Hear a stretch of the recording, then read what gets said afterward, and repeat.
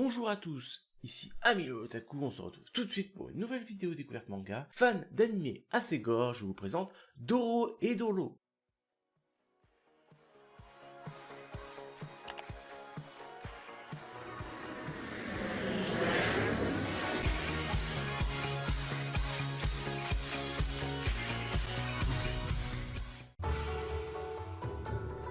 C'est un manga de type seinen et de genre action fantasy gore. L'auteur est Hayashida Q et le réalisateur est Yuichiro Hayashi. Le manga est sorti en France en 2003 et s'est terminé en 2019. L'anime comporte 12 épisodes qui sont sortis en 2020.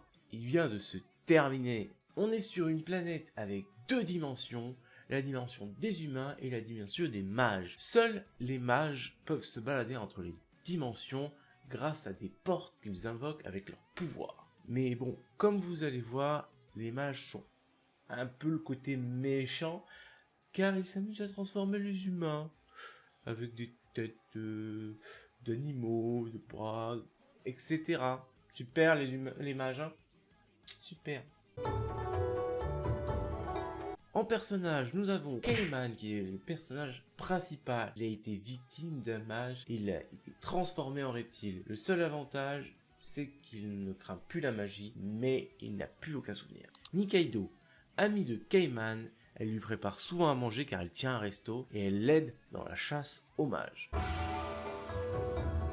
On va suivre l'histoire de Kayman qui est à la recherche de ses souvenirs. Il ne sait juste qu'il a quelqu'un à l'intérieur de sa bouche. Quand il met la tête d'un mage dans sa bouche, la personne qui est dans sa bouche dit si c'est la personne qu'il recherche ou pas. C'est le seul truc qu'il sait. Il sait qu'il craint pas la magie aussi, grâce à cette transformation. Du coup, il part à la recherche de tous les mages pour se rappeler de ses souvenirs, pour avoir des réponses à ses questions. Et sur ce premier épisode, on va croiser un mage qui s'amuse à transformer les humains comme beaucoup d'autres, mais celui-là, il est pas très doué, on va pas se mentir. C'est là que Nikaido fait la connaissance de quelqu'un qui meurt de faim. Et comme elle tient un resto, elle lui propose de venir manger chez elle, qu'elle lui donnera à manger. Le seul problème, c'est que pendant le sujet de discussion, elle se met à parler de ce mage qui ne sait pas transformer comme il faut une personne. Transforme que un membre ou deux, mais n'importe comment. Ce qui la fait rire, mais fait pas forcément rire le mage qui l'accompagne, puisque c'est lui qui transforme ces humains. Il se met en rogne et il commence à la transformer. Bien sûr, on va pas se mentir, Kayman arrive, il le dégomme, et quand on dégomme un mage, ses pouvoirs disparaissent. Elle se retrouve comme avant. Voilà comment se passent un peu les failles. Et pour la suite de l'histoire, ça c'était juste une petite mise en bouche. Je vous laisserai le découvrir dans cet animé ou ce manga. C'est un animé magnifique, trop bien.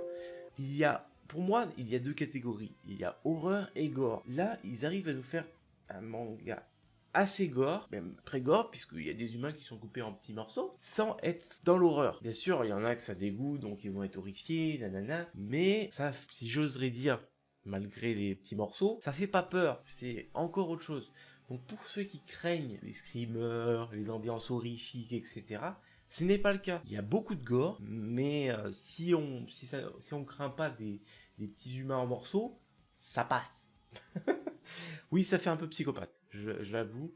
En tout cas, c'est un animé très divertissant, pour ceux qui craignent pas le gore, toujours, hein, je le répète. Mais en tout cas, on retrouve de l'action, de l'aventure, une histoire assez bizarre, oui, mais du coup original. Si cette vidéo vous a plu, n'hésitez pas à liker, commenter et partager.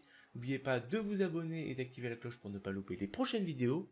N'oubliez pas aussi de mettre un animé et un manga dans les commentaires parce que je commence à être un peu en rupture de scotch.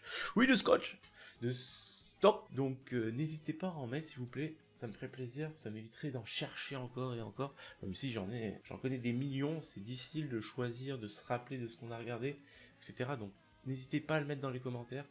Ça m'évitera de galérer à trouver d'autres animés à parler. Et sur ce, je vous dis Matakondo.